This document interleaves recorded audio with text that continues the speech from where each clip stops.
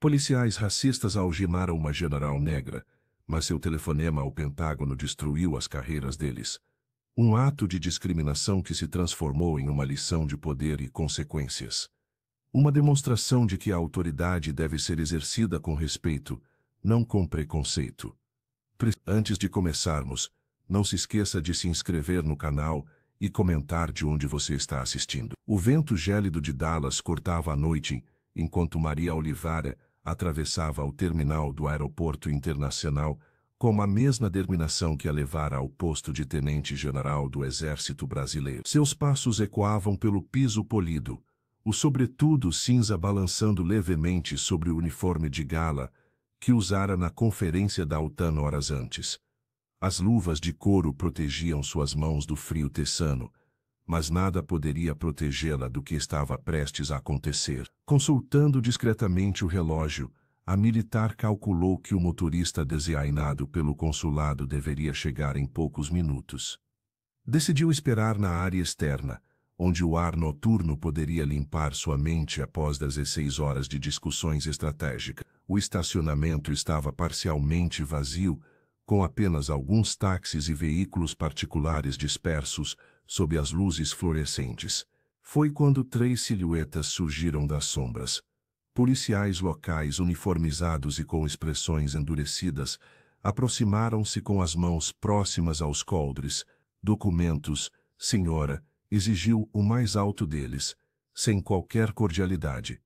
Maria alcançou calmamente sua identificação militar internacional e seu passaporte diplomático. "Sou tenente-general das Forças Armadas Brasileiras em missão oficial", explicou ela em inglês fluente, mantendo a postura ereta que caracterizava seus 30 anos de serviço.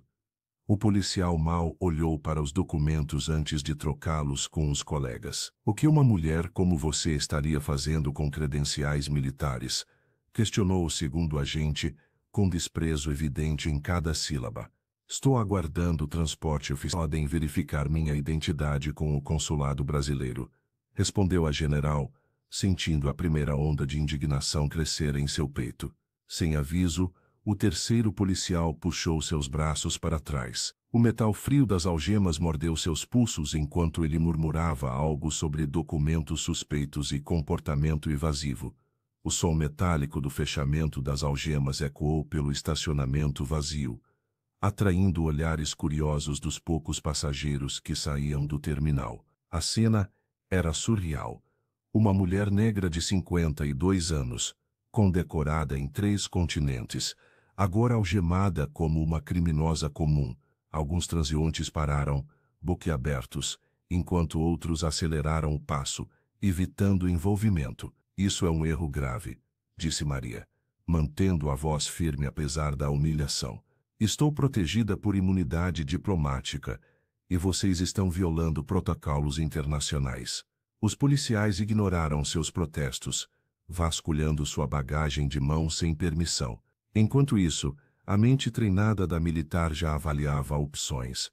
Não resistiria fisicamente, seria exatamente o que esperavam dela. Em vez disso, memorizou os nomes nos crachás, observou as câmeras de segurança e manteve a expressão serena que aperfeiçoara em zonas de conflito, muito mais perigosas que um estacionamento americano.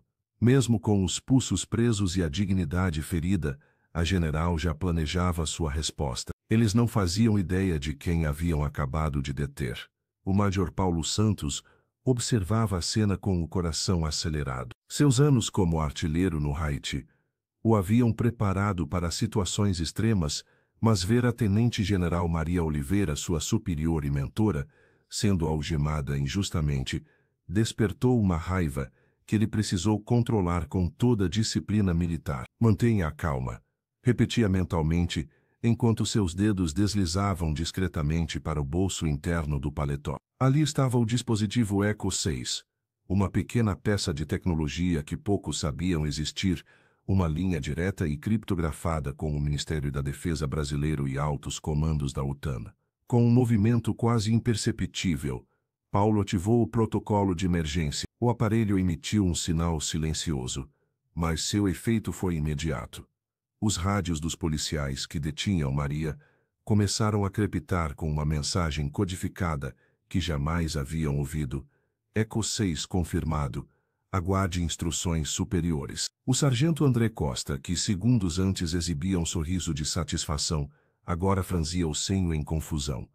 Lucas Almeida, o mais jovem dos policiais, olhou para o superior com expressão de alarme. O terceiro agente levou a mão ao ouvido, tentando entender a origem daquela interferência inesperada. Que diabos é Eco 6? Murmurou Andrei. Enquanto Maria mantinha o olhar sereno, apesar das algemas que mordiam seus pulsos, Paulo permaneceu imóvel, o dispositivo cuidadosamente escondido na palma da mão. Aquele protocolo, que haviam ensaiado dezenas de vezes em treinamentos secretos, nunca precisara ser ativado em situação real. Era o último recurso, a linha vermelha que conectava oficiais brasileiros em missão internacional diretamente aos mais altos escalões militares. Passageiros curiosos começavam a se aglomerar ao redor, alguns já com celulares erguidos registrando o incidente. Paulo sabia que cada segundo era precioso. A humilhação pública de uma general brasileira negra se transformaria em crise diplomática em questão de horas. Estou recebendo ordens para verificar a identidade, disse André pelo rádio, visivelmente desconcertado. Alguém do alto escalão está interferindo. Paulo trocou um olhar rápido com Maria. Ambos sabiam que aquela chamada havia mudado o jogo. O médior respirou fundo, consciente de que sua ação poderia custar-lhe a carreira, mas também poderia expor um sistema de abusos que eles conheciam bem demais. O mundo precisa ver isso, pensou, enquanto notava mais pessoas filmando. As injustiças que militares negros enfrentavam, mesmo os de alta patente, raramente ganhavam testemunhas. Agora, graças ao Eco 6 e à dignidade inabalável de Maria, talvez algo finalmente mudasse. O rádio crepitou novamente. Os policiais pareciam cada vez mais nervosos. A tempestade estava apenas começando. Rafael Mendes, o influenciador digital, especializado em registrar falhas de segurança em aeroportos, estava a poucos metros quando a abordagem aconteceu. Com a destreza de quem já documentou dezenas de incidentes similares, sacou seu smartphone e capturou cada segundo da humilhação sofrida por Maria Oliveira. O tremor em suas mãos não comprometeu a nitidez das imagens, que em questão de minutos já circulavam em suas redes sociais. General brasileira algemada sem motivo no aeroporto de Dallas. Racismo explícito. Compartilhem, dizia a legenda que acompanhava o vídeo. Em apenas 2 horas, a gravação ultrapassou 1 milhão de visualizações. Comentários indignados inundaram a publicação, vindos de todos os cantos do país e do exterior. Hashtags secárias como Justiça para General e Racismo em Dallas dominaram as tendências nas principais plataformas. O que mais impressionou os espectadores foi a serenidade no rosto da tenente-general, mesmo com as algemas mordendo seus pulsos e cercada por André Costa e Lucas Almeida. A oficial manteve a dignidade intacta. Seu olhar firme e direto para a câmera transmitia uma mensagem silenciosa de resistência que ressoou profundamente com o público. Grupos de veteranos de guerra organizaram-se rapidamente em fóruns online. Um deles, administrado por ex-combatentes que serviram com Maria em missões internacionais, lançou uma petição exigindo investigação imediata do incidente. Em paralelo, organizações de direitos civis emitiram notas de repúdio, destacando como o episódio exemplificava a invisibilidade sistemática de mulheres negras em posições de autoridade. A imprensa internacional não demorou a noticiar o caso. Jornais de prestígio publicaram editoriais questionando as práticas de abordagem policial e o tratamento dispensado a militares estrangeiros em solo americano. Analistas de segurança debateram em programas de televisão como o incidente poderia afetar as relações diplomáticas entre Brasil e Estados Unidos. No Pentágono, o vídeo circulou internamente entre oficiais de alto escalão, gerando constrangimento e preocupação. Um porta-voz não oficial comentou sob condição de anonimato que o tratamento dado à general brasileira representava uma falha inaceitável nos protocolos de reconhecimento e respeito entre forças aliadas. Enquanto o mundo virtual fervilhava, Maria permanecia em silêncio público, sua contenção apenas amplificava o impacto de sua imagem. As algemas nos pulsos de uma oficial de 3 estrelas tornaram-se, em questão de horas, um poderoso símbolo contra o abuso de autoridade e o racismo institucional que há tanto tempo permanecia nas sombras. Não demorou para que o incidente no aeroporto de Dallas ganhasse contornos distorcidos nas redes sociais. Em um popular fórum de moradores de condomínios de Brasília, perfis anônimos começaram a disseminar teorias conspiratórias sobre Maria Oliveira. Impostora, gritavam os comentários. Montagem para prejudicar policiais honestos que apenas faziam seu trabalho, afirmavam outros, sem qualquer prova. As publicações maliciosas espalharam-se com velocidade alarmante. Screenshots de documentos falsificados circulavam em grupos de mensagens, sugerindo que a tenente-general nunca havia alcançado tal patente ou sequer servido em missões internacionais. Alguns chegavam ao absurdo de questionar sua nacionalidade, insinuando que a militar seria uma agente infiltrada, tentando manchar as relações entre Brasil e Estados Unidos. O veneno digital logo contaminou os corredores do Ministério da Defesa. Maria percebeu os olhares desconfiados de colegas com quem havia compartilhado anos de serviço. Oficiais mais jovens, que antes a admiravam, agora cochichavam pelos cantos quando ela passava. A dúvida, essa arma silenciosa, começava a corroer sua reputação construída ao longo de décadas. Durante uma videoconferência com sua equipe em Exília, a general notou o desconforto de 2 capitães que evitavam seu olhar. Algum problema com o relatório? Perguntou diretamente. O silêncio constrangedor que seguiu foi mais doloroso que as algemas em seus ulsos haviam sido. Em casa, navegando pelo tablet, Maria encontrou um grupo intitulado Verdade sobre a farsa do aeroporto. Suas mãos tremeram levemente ao ver sua foto manipulada e comentários que questionavam não apenas sua competência, mas sua honra. Fechou os olhos por um momento, sentindo o peso da injustiça multiplicar-se. Primeiro a humilhação pública, agora o assassinato de reputação. Sua filha Simone entrou no quarto naquele momento, trazendo um copo d'água. Estão falando coisas horríveis sobre você, mamãe, disse a menina, com olhos marejados. Maria fechou o dispositivo eletrônico e abraçou a filha. A verdade tem pernas curtas, mas fôlego longo, respondeu com a serenidade que a caracterizava. Naquela noite, enquanto organizava documentos de sua carreira, medalhas, certificados, registros de missões, a militar tomou uma decisão. Não permitiria que mentiras virtuais destruíssem o legado construído com suor e sacrifício. As mesmas mãos que haviam segurado armas em zonas de conflito agora empunhariam a verdade como escudo. Na manhã seguinte, telefonou para Paulo Santos. Major, prepare os documentos. Vamos mostrar quem realmente somos. O plenário da Câmara Municipal de Brasília estava lotado quando a vereadora Cláudia Mendes bateu o martelo, iniciando a audiência pública. Pressionada por um grupo vocal de eleitores veteranos, ela havia convocado a sessão extraordinária para discutir o que chamou de flagrante excesso de autoridade policial no caso da tenente-general Maria Oliveira. Maria acompanhava tudo pelo celular, do conforto relativo de seu apartamento em Brasília. A tela pequena do dispositivo enquadrava rostos indignados, alguns conhecidos de operações passadas, outros completamente estranhos. Mesmo à distância, a oficial sentia o peso da indignação coletiva que preenchia o ambiente. Meu filho serviu sob o comando da general Oliveira na missão de paz no Haiti, declarou um senhor de cabelos grisalhos, a voz embargada.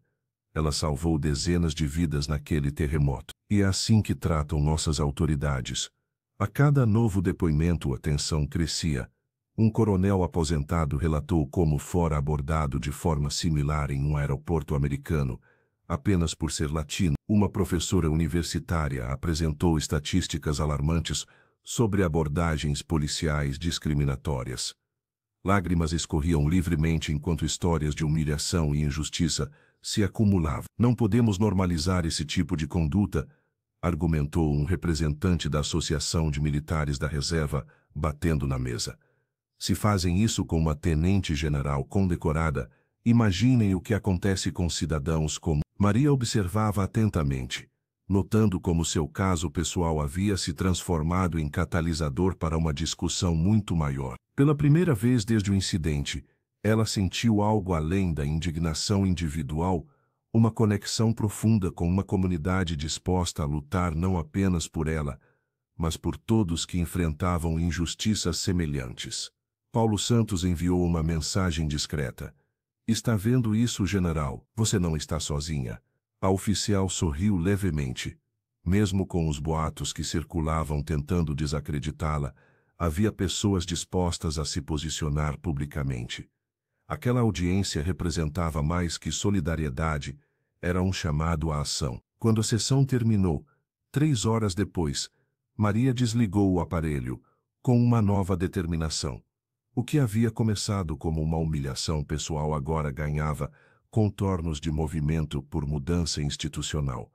Ela não permitiria que sua dor fosse em vão. Roberto precisa ver isso, pensou, considerando ligar para o general Ferreira. A luta seria longa, mas pela primeira vez desde que sentiu o metal frio das algemas em seus pulsos, Maria enxergou um propósito maior em sua aprovação. Transformaria sua experiência traumática em combustível para uma transformação necessária. Uma semana após o incidente, Joaquim Mendes, ex-integrante do Conselho de Supervisão Operacional, quebrou o silêncio sentado em seu apartamento em Brasília. O homem de 62 anos hesitou, antes de pressionar e enviar no e-mail que mudaria tudo. Sua consciência pesava mais que o juramento de confidencialidade. Os documentos que acabara de encaminhar para 3 jornalistas respeitados continham históricos comprometedores dos policiais envolvidos na abordagem da general. Os arquivos revelavam um padrão perturbador. O sargento André Costa e o soldado Lucas Almeida acumulavam 7 advertências por abordagens discriminatórias nos últimos 3 anos. Em 5 delas, haviam detido pessoas negras, sem qualquer justificativa operacional válida. Uma das ocorrências, datada de apenas 4 meses antes, descrevia a detenção de um diplomata africano em circunstâncias assustadoramente semelhantes às de Maria.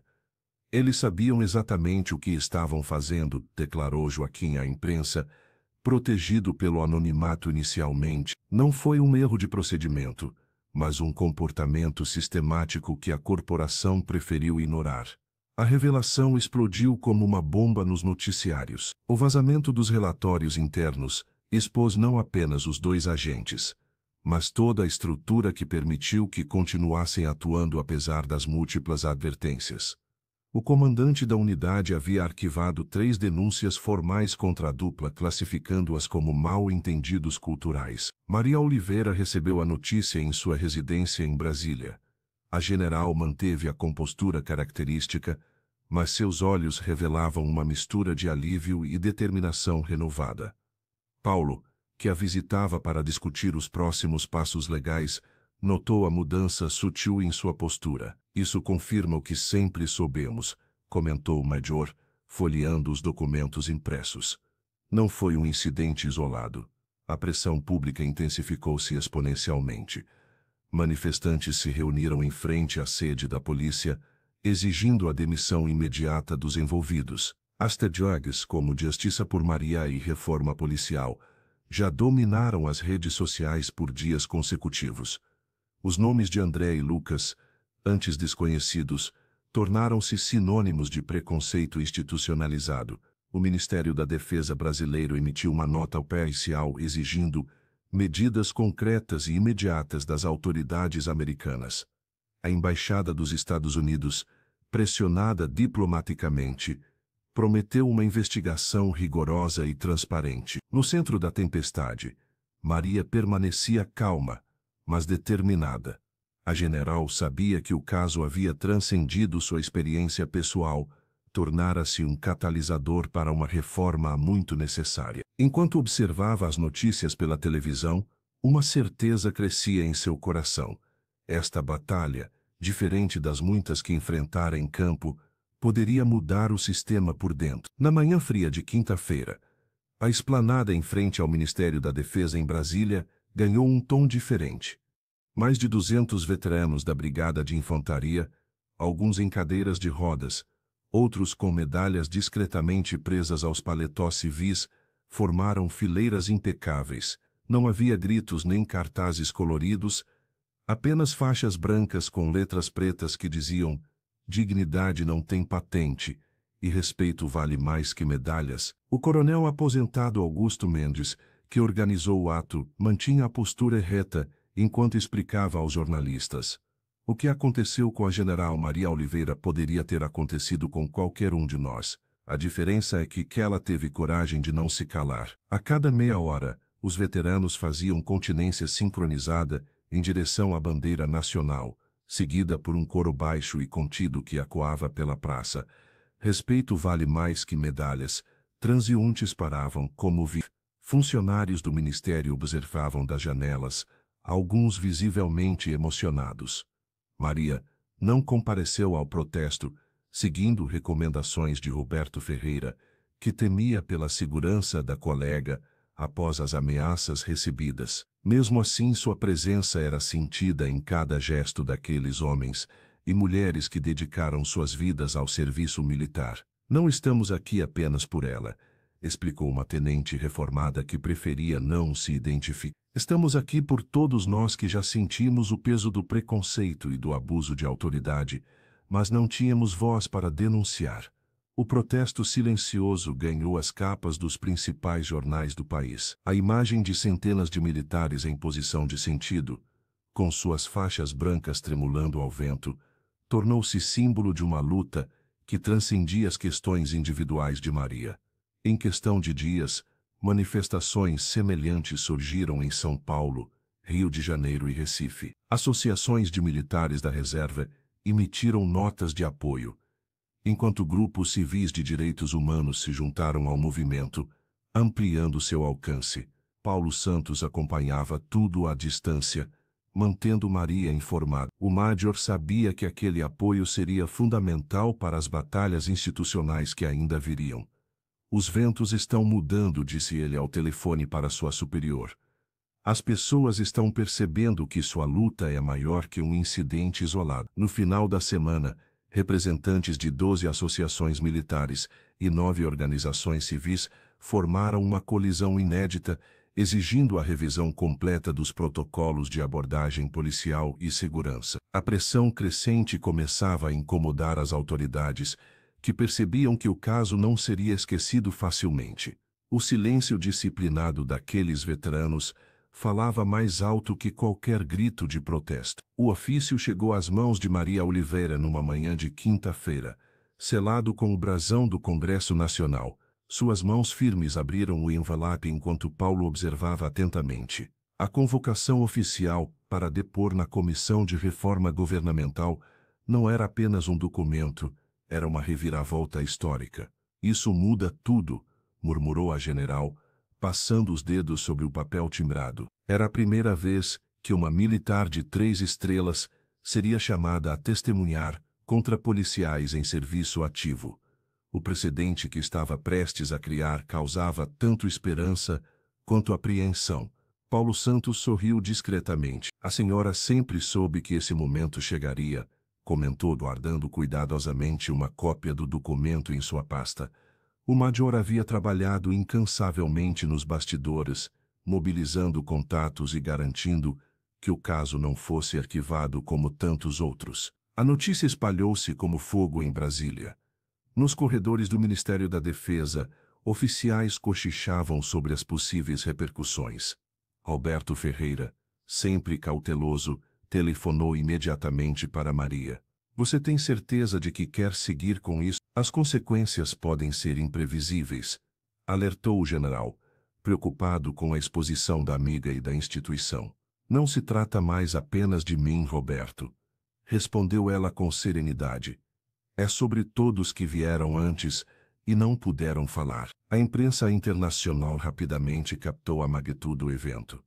Jornalistas de 3 continentes solicitaram credenciais para acompanhar o depoimento. Veículos de comunicação destacavam o simbolismo: uma mulher negra, que havia escalado a hierarquia militar, apesar de todos os obstáculos, agora enfrentaria publicamente o sistema que tentara humilhá-la. Em sua residência em Brasília, Maria preparava-se meticulosamente. Sobre a mesa da sala, relatórios, estatísticas e depoimentos de outros militares que haviam sofrido discriminação formavam pilhas organizadas. Simone entrou silenciosamente, deixando uma xícara de chá ao lado dos documentos. Mamãe, você vai ficar bem? Perguntou a menina, com olhos preocupados. Maria abraçou a filha com ternura. Vou fazer o que é certo. E isso sempre nos fortalece, mesmo quando parece difícil. Clara Souza, do Ministério da Defesa, ligou para oferecer apoio institucional. Estamos prontos para fornecer todos os dados necessários, garantiu. Seu depoimento pode mudar protocolos que estão engessados há décadas. A véspera da audiência transformou a capital em um turbilhão de expectativas. Grupos de direitos civis organizaram vigílias em apoio à general. Veteranos militares, muitos deles com histórias semelhantes, nunca contadas, viajaram de todo o país para testemunhar o momento histórico. Maria sabia que suas palavras no Congresso não seriam apenas suas, carregariam o peso de gerações silenciadas pelo racismo institucional. O relatório do Ministério da Justiça chegou como um furacão, abalando as estruturas do sistema policial. 42 páginas de análise minuciosa detalhavam cada violação cometida contra Maria Oliveira. A detenção sem mandado, a recusa em verificar suas credenciais, a ausência da leitura de direitos e, mais grave, o confisco do dispositivo Eco 6, classificado como equipamento de segurança nacional. O documento não deixava margem para dúvidas. Os agentes haviam agido com negligência, preconceito e abuso de autoridade. André Costa e Lucas Almeida foram imediatamente afastados de suas funções. O terceiro policial, um novato que apenas seguira ordens, recebeu a advertência formal e foi encaminhado para a reciclagem. Os três enfrentariam um rigoroso processo administrativo, com possibilidade de demissão e até mesmo ações criminais. A tenente-general observava a repercussão do caso de seu apartamento em Brasília, onde finalmente pudera abraçar Simone, após semanas de separação. A pequena, agora mais tranquila ao ver a mãe em casa, dormia no quarto ao lado enquanto Maria acompanhava os noticiários pela televisão. A justiça começa a ser feita, comentou Paulo ao telefone, sua voz revelando o alívio de quem finalmente via reconhecimento após a tempestade. O major havia sido fundamental na coleta de provas e depoimentos que sustentaram o relatório. A opinião pública se transformou drasticamente. Os mesmos fóruns, que antes questionavam a integridade da militar, agora exibiam mensagens de apoio e indignação contra o sistema. Reportagens especiais destacavam a trajetória exemplar da oficial brasileira e sua conduta impecável durante todo o processo. Contudo, nem tudo eram flores. Setores mais conservadores das Forças Armadas e da política começaram a manifestar preocupação. Em programas de rádio e colunas de opinião, surgiam vozes alertando para o que chamavam de militarização da justiça e interferência estrangeira em assuntos domésticos. Um comentarista conhecido por posições radicais chegou a afirmar: hoje são os policiais que pagam o preço. Amanhã, qualquer autoridade que cumprir seu dever será punida por pressão externa. Clara Souza, do Ministério da Defesa, enviou uma mensagem discreta para Maria: a batalha está longe do fim. Prepare-se para a reação. A representante sabia que, por trás das críticas públicas, articulavam-se movimentos para minimizar as consequências do caso e preservar as velhas estruturas. Maria guardou o celular e caminhou até a janela. Lá fora, Brasília dormia sob um céu estrelado. A militar sabia que havia se tornado mais que uma vítima, era agora um símbolo, e símbolos, ela bem sabia, raramente têm o privilégio de vidas tranquilas. Após semanas de intensa pressão pública e reuniões ministeriais de emergência, o Ministério da Defesa finalmente cedeu. Em uma coletiva de imprensa televisionada, o novo protocolo de abordagem foi anunciado. Qualquer pessoa que se identificasse como militar, independentemente do uniforme, teria direito a um procedimento especial de verificação, conduzido por um oficial de ligação treinado. Maria Oliveira acompanhou o anúncio de seu apartamento em Brasília, Sentindo uma mistura de alívio e incredulidade, a general não buscava privilégios, mas sim um sistema que respeitasse patentes e identidade. Pela primeira vez em décadas, o sistema reconhecia formalmente que a discriminação existia e precisava ser combatida com medidas concretas. No corredor do ministério, Roberto Ferreira caminhava apressado entre assessores. O general havia trabalhado incansavelmente nos bastidores, convencendo comandantes resistentes e negociando cada palavra do novo regulamento. Seu apoio discreto à amiga de longa data finalmente dava frutos, mesmo que isso significasse enfrentar a desconfiança de colegas mais conservadores. Isso não é apenas sobre Maria, explicou Roberto durante uma reunião fechada. É sobre a credibilidade das nossas instituições.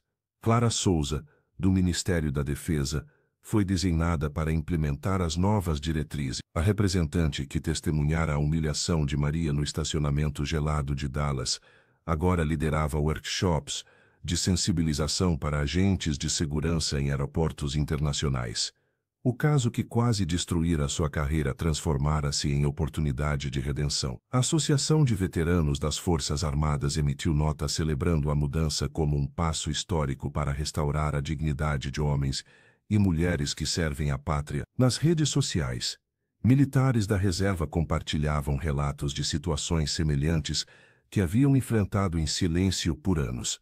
Entretanto, nem todos receberam bem as novas regras. Em fóruns policiais, críticas surgiam sobre privilégios injustificados e interferência política na segurança.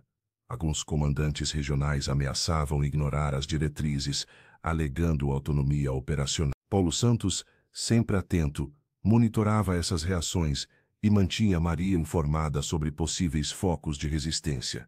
Mudanças profundas sempre encontram obstáculos, comentou a tenente-general durante um telefonema com sua filha Simone. Mas desta vez, não estamos sozinhos na luta.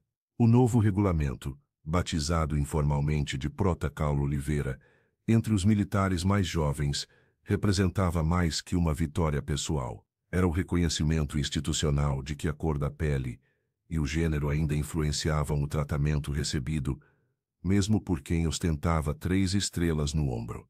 Para Maria, cada novo oficial que pudesse atravessar um terminal de aeroporto sem ser humilhado, justificava cada minuto de sua batalha. Paulo Santos sentou-se sozinho na cafeteria, próximo ao Ministério da Defesa, revirando memórias que pareciam pertencer a outra vida. As mãos que agora seguravam uma xícara de café eram as mesmas que anos antes haviam manejado artilharia pesada no Haiti. O Major conhecia bem o peso da autoridade mal utilizada, vira oficiais abusarem do poder em zonas de conflito, deixando cicatrizes invisíveis em civis inocentes. Desde o incidente no aeroporto, sua vida mudara completamente. A decisão de ativar o Eco 6 naquele estacionamento gelado não fora apenas instintiva, mas carregada de princípios. Enquanto observava Maria sendo algemada, algo dentro dele se quebrou, não permitiria que sua comandante enfrentasse aquela injustiça sozinha. Alguns dizem que fui imprudente, murmurou para si mesmo, recordando os olhares atravessados de colegas nos corredores do quartel. A reação ao seu gesto dividiu opiniões. Parte da corporação o via como herói, enquanto outros o consideravam insubordinado. É apenas o assistente dela, cochichavam quando passava. Deveria ter seguido os protocolos. Essas palavras o perseguiam, mas não tanto quanto faria o arrependimento se tivesse permanecido inerte. Na manhã seguinte, o militar tomou uma decisão que mudaria sua carreira para sempre. Durante uma reunião com altos oficiais, pediu a palavra e compartilhou sua sorção completa dos fatos. Sua voz, normalmente contida, ecoou firme pela sala enquanto descrevia a dignidade de Maria diante do abuso, e como aquela cena o transportara de volta aos becos do Haiti, onde vira inocentes humilhados por quem deveria protegê-los. Não ativei o Eco 6 apenas por dever, mas porque acredito que lealdade verdadeira significa enfrentar injustiças ao lado de quem nos lidera pelo exemplo, declarou encarando cada um dos presentes. O depoimento sincero de Paulo inspirou outros militares a compartilharem experiências semelhantes. Um capitão da aeronáutica revelou ter testemunhado abordagens discriminatórias em bases internacionais. Uma tenente confessou ter sido ignorada em reuniões estratégicas por ser mulher. O silêncio começava a se quebrar. Em seu apartamento em Brasília, o ajudante de ordens recebeu uma ligação inesperada de Roberto Ferreira.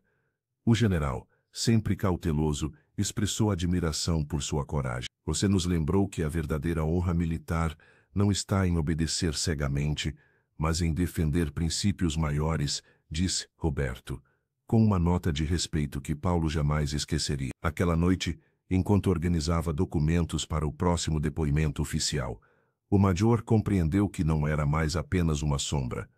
Ao lado de Maria Oliveira, tornara-se parte de algo muito maior que ambos, uma transformação necessária e há muito adiada. O general Roberto Ferreira caminhava pelos corredores do Ministério da Defesa em Brasília, com o peso da indecisão sobre seus ombros. Há 30 anos, servindo as Forças Armadas, nunca imaginou enfrentar um dilema tão complexo: defender publicamente Maria Oliveira, sua colega de turma e amiga de décadas, ou preservar a imagem da instituição que jurara proteger. Sentado em seu escritório, Roberto contemplava a fotografia emoldurada, onde aparecia ao lado de Maria na formatura da Academia Militar. Pegou o telefone 3 vezes para ligar para ela, desistindo em todo. As notícias sobre o incidente em Dallas não paravam de chegar, e a pressão por um posicionamento oficial aumentava a cada hora. A general Oliveira sempre foi um exemplo de conduta e profissionalismo, ditou para sua assistente, que anotava cada palavra da declaração oficial. Mas precisamos aguardar a conclusão das investigações antes de fazermos julgamentos precipitados sobre os procedimentos de segurança internacional. Ele sabia que aquelas palavras medidas não satisfariam ninguém. Maria merecia mais. Mas a corporação não podia arriscar uma crise diplomática com os americanos. Rasgou o papel e recomeçou pela 5ª vez, buscando o equilíbrio impossível entre lealdade pessoal e responsabilidade institucional. Naquela tarde, Roberto reuniu-se secretamente com 3 assessores da Casa Civil. O encontro, realizado num café discreto próximo à esplanada, tinha objetivo claro: garantir que o caso de Maria não resultasse em retaliações orçamentárias ou políticas contra o exército brasileiro. Precisamos de uma resposta firme, mas calculada, argumentou um dos assessores, mexendo distraidamente no café já frio. O presidente não pode parecer fraco, mas também não podemos criar um incidente internacional. O general ouvia mais do que falava, uma tática que aprendera nos anos de negociações delicadas. Por dentro, contudo, a culpa o corroía. Enquanto discutiam estratégias, Roberto lembrava-se de quantas vezes Maria o apoiara em momentos críticos de sua carreira. De volta ao seu apartamento funcional, ele encarou o espelho do banheiro. As insígnias douradas em seu uniforme pareciam pesar toneladas. Que tipo de oficial me tornei? Perguntou-se. Que tipo de amigo? Naquela noite, Roberto Ferreira tomou sua decisão. Redigiu 2 cartas. Uma oficial, equilibrada e diplomática para a imprensa, outra pessoal, enviada diretamente para Maria, onde prometia apoio incondicional nos bastidores. A tensão entre o homem de princípios e o oficial pragmático havia encontrado seu precário equilíbrio, mas o gosto amargo da conciliação permaneceria por muito tempo. Clara Souza nunca esqueceria aquela noite no estacionamento do Aeroporto Internacional de Dallas. Como representante do Ministério da Defesa, ela havia sido convocada às pressas após o incidente. Quando chegou, encontrou Maria Oliveira ainda algemada, mantendo uma dignidade impressionante diante da humilhação pública. Sou a representante desainada do Ministério. Exijo falar com a oficial detida imediatamente, declarou Clara, mostrando suas credenciais com firmeza. Os policiais hesitaram, trocando olhares desconfiados, mas acabaram cedendo. Ao se aproximar da general, Clara sentiu uma mistura de vergonha e admiração. Conhecia Maria apenas por relatórios e menções em reuniões de alto escalão, mas nunca tinha testemunhado sua força de caráter tão diretamente. Mesmo sob custódia injusta, Alitar mantinha o olhar sereno, sem demonstrar o desespero que qualquer pessoa sentiria naquela situação. Senhora General, estou aqui para resolver isso, sussurrou Clara, enquanto verificava discretamente se as algemas haviam machucado os pulsos da oficial. Para Clara, aquele momento representava mais que uma crise diplomática. Há anos carregava o peso de ter ignorado denúncias semelhantes que chegaram à sua mesa, relatórios de abordagens questionáveis contra militares brasileiros em missão no exterior. Sempre priorizara a burocracia e a manutenção das aparências institucionais acima da justiça individual. Nos dias seguintes, a representante mergulhou profundamente no caso, revisou cada detalhe do incidente, entrevistou testemunhas e confrontou as inconsistências nos relatórios policiais. Pela primeira vez em sua carreira, Clara deixou de lado as formalidades para buscar a verdade, independentemente das consequências políticas. Precisamos repensar completamente nossos protocolos de proteção aos militares em missão internacional, defendeu ela durante uma reunião tensa no Comitê de Auditoria. O que aconteceu com a General Oliveira não pode ser tratado como caso isolado. Sua transformação surpreendeu colegas que a conheciam como uma burocrata cautelosa. A funcionária passou a defender publicamente uma abordagem mais transparente e humana nas relações entre forças de segurança e militares. Nas reuniões ministeriais, tornou-se a voz mais contundente pela revisão das diretrizes de identificação e tratamento de oficiais em trajes civis. Honra não é apenas seguir regras, confidenciou Clara a Maria durante um encontro em Brasília, meses depois. É ter coragem de mudar o sistema quando ele falha com aqueles que servem ao país. Para Clara Souza, o caso transformou-se em redenção pessoal. A imagem da general algemada tornou-se seu lembrete diário de que documentos e carimbos nunca seriam mais importantes que a dignidade humana, uma lição que ela agora estava determinada a institucionalizar nas novas diretrizes que ajudava a criar. Enquanto os holofotes da mídia iluminavam as batalhas jurídicas e institucionais, Maria Oliveira enfrentava, na privacidade de seu apartamento em Brasília, fantasmas muito mais aterrorizantes. O trauma físico havia cicatrizado, mas as feridas emocionais se abriam todas as noites, quando fechava os olhos.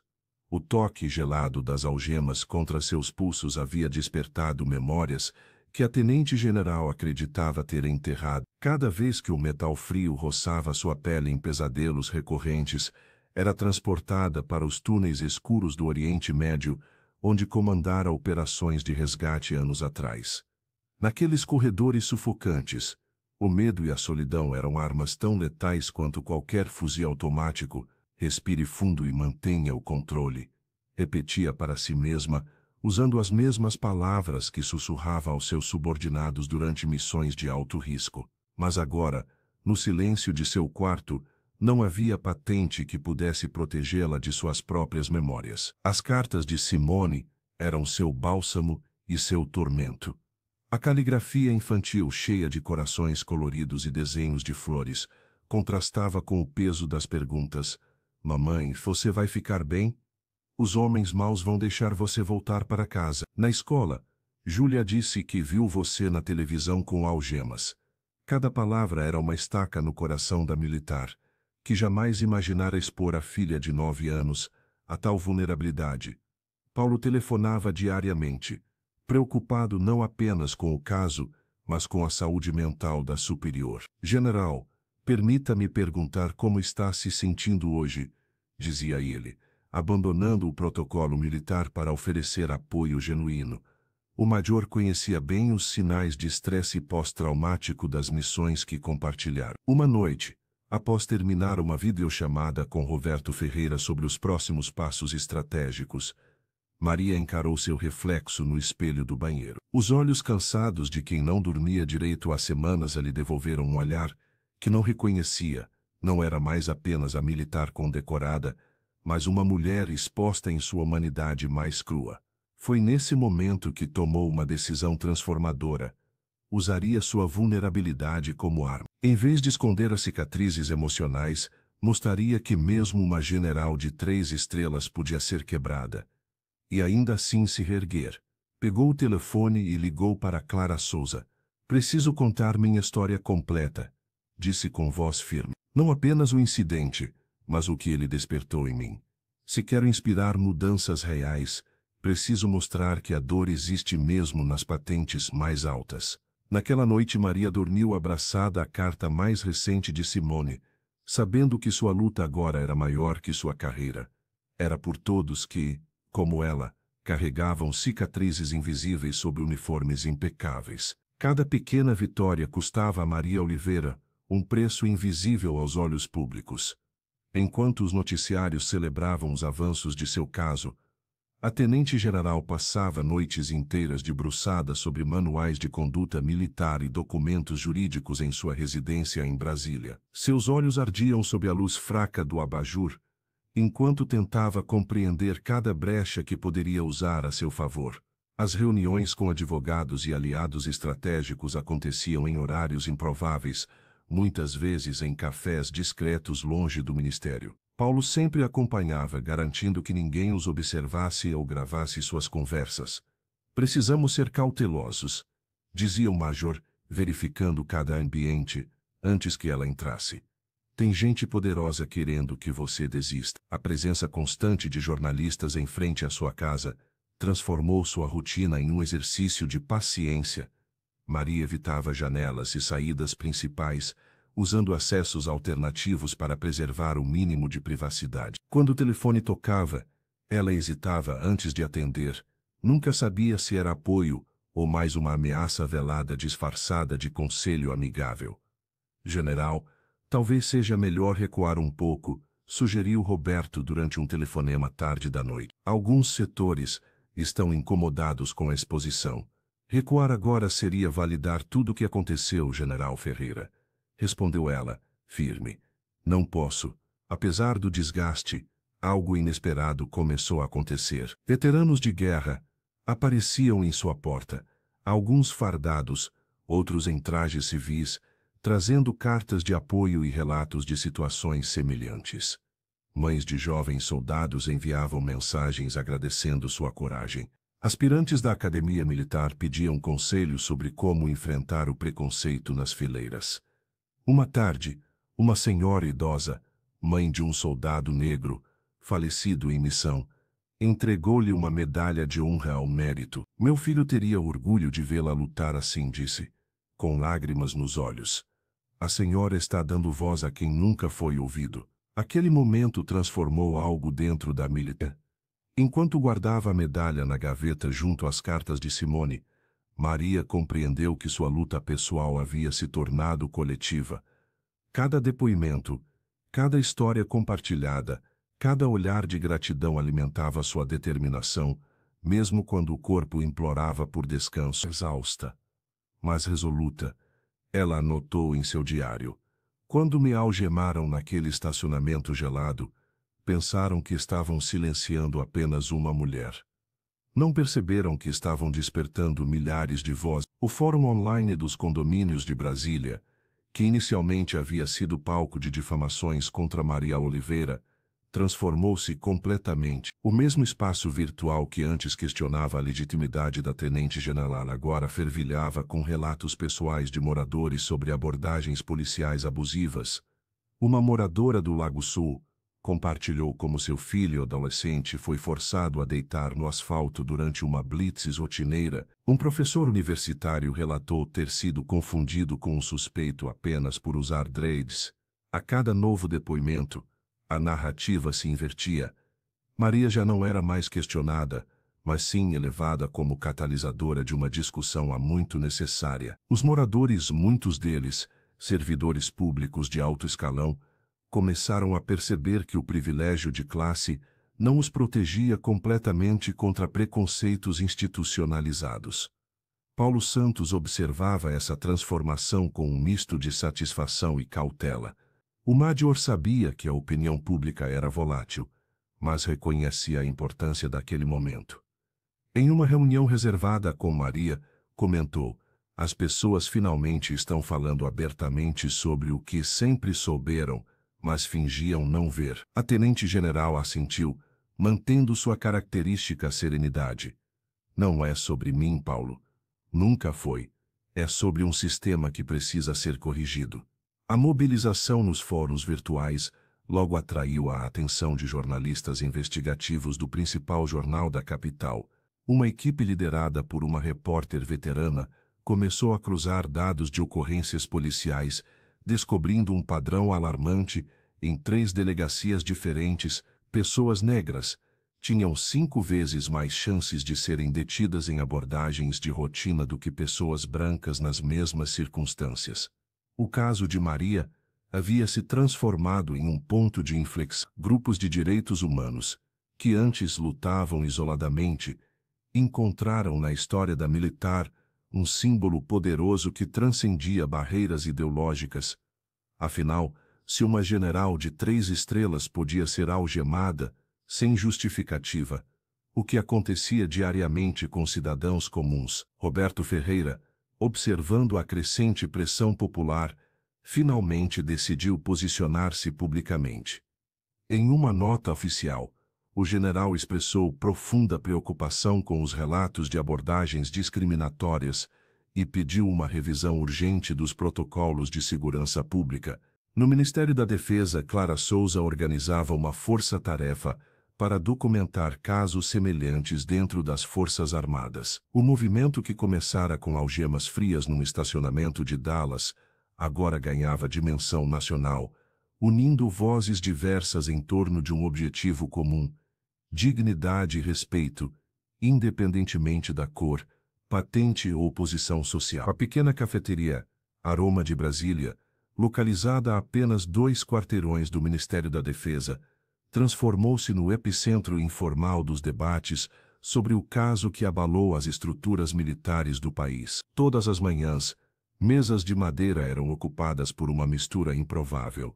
Oficiais fardados dividiam espaço com jornalistas, advogados e servidores públicos, todos consumindo café expresso enquanto discutiam acaloradamente os desdobramentos do incidente de Dallas. Maria Oliveira escolhia sempre a mesa do canto, próxima à janela, onde podia observar discretamente as conversas ao redor. A tenente-general raramente participava dos debates, mas sua presença silenciosa carregava um peso inegável. Quando entrava no estabelecimento, as vozes baixavam por alguns segundos, seguidas de acenos respeitosos e, ocasionalmente, aplausos contidos. O problema não é apenas o racismo explícito, mas o institucional, aquele que ninguém assume, comentou certa manhã um coronel da reserva, enquanto Maria tomava seu café com leite. Quantos de nós já presenciamos abordagens diferentes para oficiais brancos e negros e não dissemos nada? Questionou uma advogada na mesa ao lado. A militar observava tudo com atenção, absorvendo cada argumento. Ela percebeu que aquele espaço neutro permitia conversas impossíveis de acontecer nos corredores oficiais.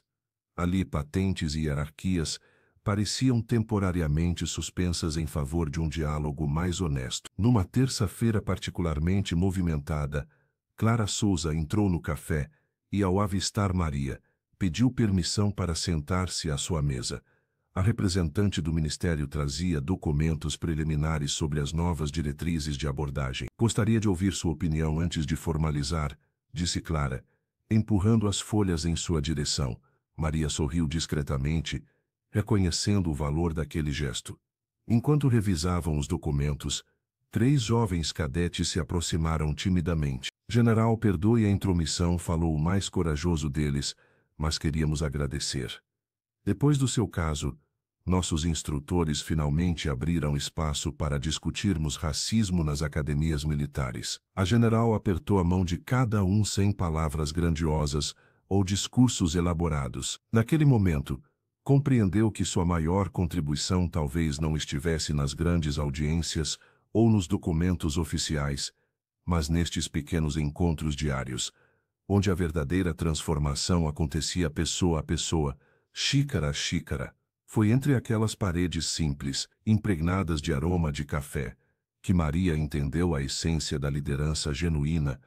Não se tratava apenas de comandar, mas de estar presente, ouvir e permitir que as mudanças crescessem organicamente, como conversas que começam em sussurros e terminam reformulando sistemas inteiros. O auditório do Congresso Nacional estava lotado quando Maria Oliveira entrou. A tenente-general ajustou o uniforme impecável, sentindo os olhares fixos em sua direção. Nas primeiras fileiras, Paulo acenou discretamente, enquanto Roberto Ferreira mantinha a expressão neutra, embora seus olhos transmitissem apoio silencioso. Por favor, relate os eventos ocorridos no estacionamento do Aeroporto Internacional de Dallas, solicitou o presidente da comissão. Maria respirou fundo.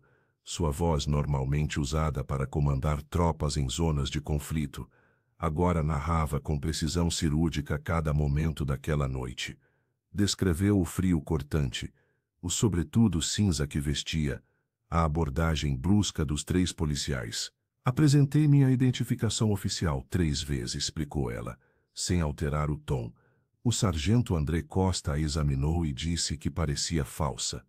Quando tentei acessar o dispositivo criptografado para contato com a embaixada, fui imobilizada e algemada.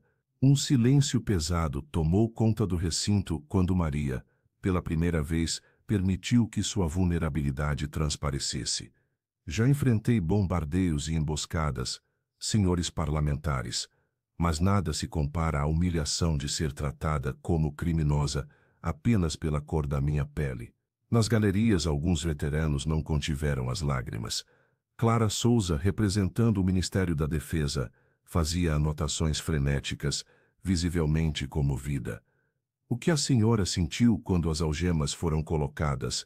Perguntou uma deputada. Pensei na minha filha, Simone, respondeu a general, revelando um lado raramente visto. Pensei em quantas pessoas passam por isso diariamente, sem ter um Eco 6 para acionar, sem ter um major como Paulo Santos para defendê-las. A declaração provocou burburinho. Nos corredores do Congresso, assessores corriam para transmitir as palavras aos veículos de imprensa que aguardavam do lado de fora. Em minutos, trechos do depoimento já circulavam nas redes sociais. Este caso não é sobre mim, continuou Maria, com firmeza crescente. É sobre um sistema que precisa reconhecer seus erros para evoluir. Quando terminou seu relato, até os parlamentares mais céticos pareciam abalados. O presidente da comissão, visivelmente emocionado, determinou a criação imediata de um grupo de trabalho para a revisão dos protocolos de abordagem policial. Ao deixar o púlpito, a general foi recebida por uma salva de palmas espontânea. O país inteiro assistia pela televisão enquanto uma mulher negra, de postura inabalável, transformava sua dor pessoal em um movimento por mudança estrutural. Naquele dia, o debate sobre racismo nas forças de segurança ganhou nova dimensão. Não eram mais estatísticas abstratas, mas o testemunho vivo de alguém que, mesmo no topo da hierarquia militar, não estava imune à discriminação. Depois de meses de batalhas institucionais, o caso chegou ao seu desfecho. A Comissão Especial do Ministério da Justiça anunciou oficialmente a exoneração de André Costa e Lucas Almeida, os policiais responsáveis pela abordagem no aeroporto de Dallas. O documento também reconhecia formalmente o erro cometido e os danos causados à imagem das relações internacionais entre Brasil e Estados Unidos. No Salão Nobre do Ministério da Defesa em Brasília, centenas de oficiais uniformizados se reuniram para a cerimônia que marcaria não apenas o encerramento do caso, mas o início de uma nova era. Maria Oliveira, impecável em seu uniforme de gala, com as 3 estrelas de tenente-general reluzindo sob as luzes, foi chamada ao palco para receber a medalha de mérito institucional. Quando o ministro estendeu a condecoração, a militar fez algo inesperado. Com um gesto sereno, porém firme, recusou o reconhecimento individual. Esta não é uma vitória pessoal, declarou com voz clara que ecoou pelo salão silencioso. É uma conquista coletiva de todos que acreditam em instituições mais justas e humanas. Maria solicitou que a honraria fosse compartilhada com todos que lutaram pela mudança. Seu olhar percorreu o auditório até encontrar Paulo Santos, que a observava com orgulho contido. Ao seu lado, Clara Souza enxugava discretamente uma lágrima, enquanto Roberto Ferreira mantinha a postura rígida, mas com um brilho diferente no olhar.